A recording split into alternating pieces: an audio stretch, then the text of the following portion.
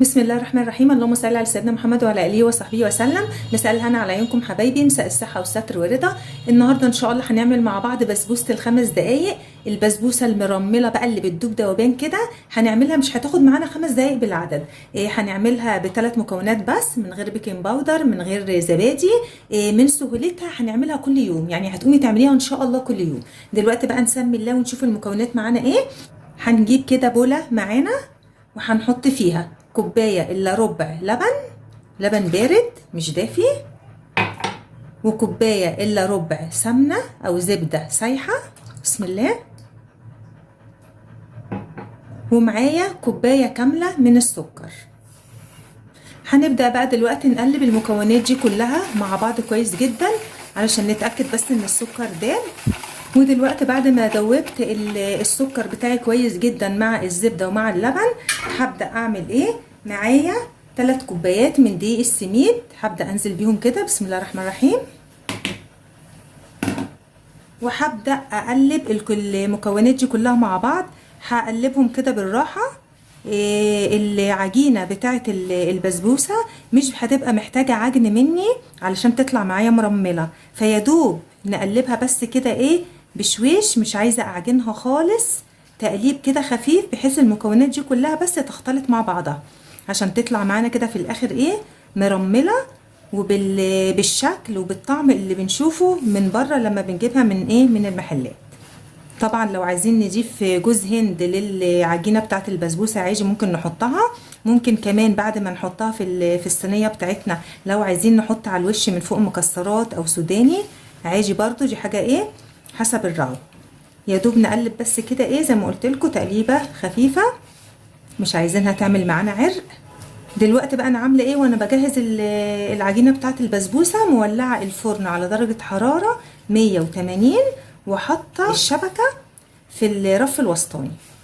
وكده خلاص المكونات بتاعتنا هي اختلطت كلها مع بعض. بصوا اهو كده مفيش دقيق سميد باين معانا خالص، كله اختلط مع اللبن والزبده والسكر طبعا اللي دايب فيهم اهو. هبدا بقى دلوقتي هجيب صينيه، انا جبت صينيه كبيره كده لان انا بحبها ايه، بحب البسبوسه تبقى رقيقه. اللي حابب بقى البسبوسه تبقى تخينه ممكن يجيب صينيه مقاسها اصغر شويه من دي. هبدا بقى ادهنها بمكعب زبده كده او سمنه زي ما انتوا حابين. ندهن طبعا الصينيه من تحت ومن الجوانب. البسبوسه مش هتاخد معايا اكتر من 35 دقيقه في الفرن.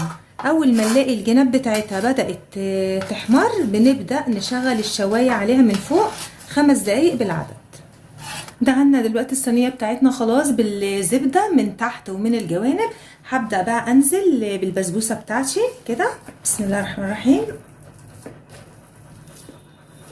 ودلوقتي بقى بصوا هعمل ايه، هبدأ اهز الصينية بتاعتي كده بحيث ايه اوزعها شوية على الصينية كلها قبل ما ابدأ اعملها كده بايدي. هنبدا بقى كده ايه بسم الله الرحمن الرحيم بالراحه خالص، نبدا ايه نطبطب كده عليها نفردها، ما تضغطوش عليها جامد بايديكم زي ما قلت لكم عشان عايزينها ما تعملش عرق، عايزينها بس ايه تطلع مرمله. نلف كده الصينيه ونبدا ايه بالراحه خالص، ما تضغطوش عليها جامد، بالراحه كده نبدا ايه نوزعها في الصينيه كلها كده بالشكل ده. خلاص خلصنا كده البسبوسه، فردناها كويس في الصينيه. نبدا بقى بصوا نعمل ايه، نخبطها كده خبطتين عشان برضو ايه نحافظ على نفس السمك بتاعها في الصينيه كلها. دلوقتي انا مولعه الفرن زي ما قلت لكم على 180 والشبكه في الرف الوسطاني. هدخلها الفرن وبعد ما تطلع بعد 35 دقيقه هقول لكم في الوقت ده اثناء ما هي في الفرن هنعمل ايه. وزي ما اتفقنا اللي حابب يحط جوز هند في العجينه نفسها يحط، اللي حابب يوزع عليها هنا من فوق مكسرات او سوداني برضو يحط. انا عن نفسي بحبها ساده كده. هدخلها الفرن ونكمل مع بعض نشوف هنعمل ايه. وفي الوقت اللي البسبوسه بتاعتنا فيه في الفرن احنا هنكون بنجهز ايه، بنجهز الشربات بتاعها. الشربات بيبقى عباره عن ايه، كوبايه ونص سكر اهو، كوبايه ونص. اللي حابب الحاجه مسكره اكتر ممكن يحط كوبايتين سكر مع كوبايه ونص ميه ممكن نحط كوبايتين سكر مع كوبايتين ميه، وهنبدأ نقلب الشربات بتاعنا. طبعا مش هنسيبه يغلي ياما، مجرد ما هيغلي هنبدأ نرش رشة فانيليا. ولازم الشربات بتاع اللهم صل على سيدنا محمد بتاع البسبوسة لازم يبقى سخن، يعني البسبوسة تطلع من النار سخنة نحط عليها شربات سخن. لو برد معاكي، لو خلصتيه والشربات برد معاكي وكانت البسبوسه طلعتيها، تبداي تسخنيه تاني، تديله غلوه كده تسخينه جامده، بحيث لازم يبقى سخن زي البسبوسه بالظبط. نبدا بقى نقلب السكر كده كويس على النار لحد ما يدوب والشربات بتاعنا يغلي. واجي العسل بتاعنا بدا يغلي، هنبدا بقى نرش رشه فانيليا كده صغنطوطه ونبدا نقلب. وبعد كده خلاص العسل بتاعنا اهو جاهز، مش عايزاه يغلي اكتر من كده. نبدا بقى ايه، نطفي عليه ونستنى صينيه البسبوسه بتاعتنا لما تطلع من الفرن. واجي حبايبي صينيه البسبوسه بتاعتنا بعد ما طلعتها من الفرن اخدت بالظبط نص ساعه و5 دقائق، 35 دقيقه بالظبط. وبدات اطفي عليها وشغلت الشوايه 5 دقائق لحد ما الوش اخد لون. دلوقتي العسل بتاعي كان برد، بدات اديله غلوه تانية كده على السريع، وهبدا انزل العسل وهو سخن على البسبوسه وهي سخنه. الحله سخنه على ايديا. بسم الله الرحمن الرحيم. بصوا، اول ما تلاقي البسبوسه بتاعتك بدات تشرب العسل اعرفي انها ناجحه ومظبوطه 100%. اهو بصوا، اهو بصوا هي كده شربت ايه شويه العسل اللي انا حطيتهم. هبدا اكمل بقيه السيرب او الشربات بتاعي. بسم الله الرحمن الرحيم. اهو هتبدا برضو ايه تشرب باقي الكميه دي كلها. طبعا زي ما قلت لكم، اللي عايز البسبوسه يبقى سمكها يعني اتخن من كده، يبقى تخينه كده شويه عن السمك ده، تبداي تصغري حجم الصينيه. خدي صينيه يكون حجمها اصغر من دي. اهو هبدا بقى دلوقتي ايه اميلها كده لحد ما تشرب شويه الشربات بتوعها دول. ممكن برضو لو حابه معلقه سمنه بلدي، معلقه زبده تحطيها مع الشربات وانتي بتزقي بيه البسبوسه عادي، هيديها برضو طعم وريحه تحفه. يعني ايه زي ما انتي حابه.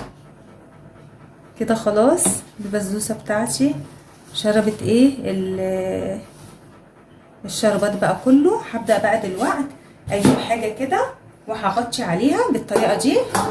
هنغطي عليها بالغطا ده وهنسيبها كده 5 دقايق تهدى مع نفسها. غطيت بقى بالغطا ده ليه؟ علشان الوش بتاعها ما ينشفش. 5 دقايق وهبدا اعري الغطا وهوري لكم شكلها عامل ازاي. واجي صينيه البسبوسه بتاعتنا بعد ما بردت. بصوا الجمال. عايزين بقى نقطع حته كده منها، نقطعه قطعه ونشوف طعمها عامل ازاي. بسم الله الرحمن الرحيم.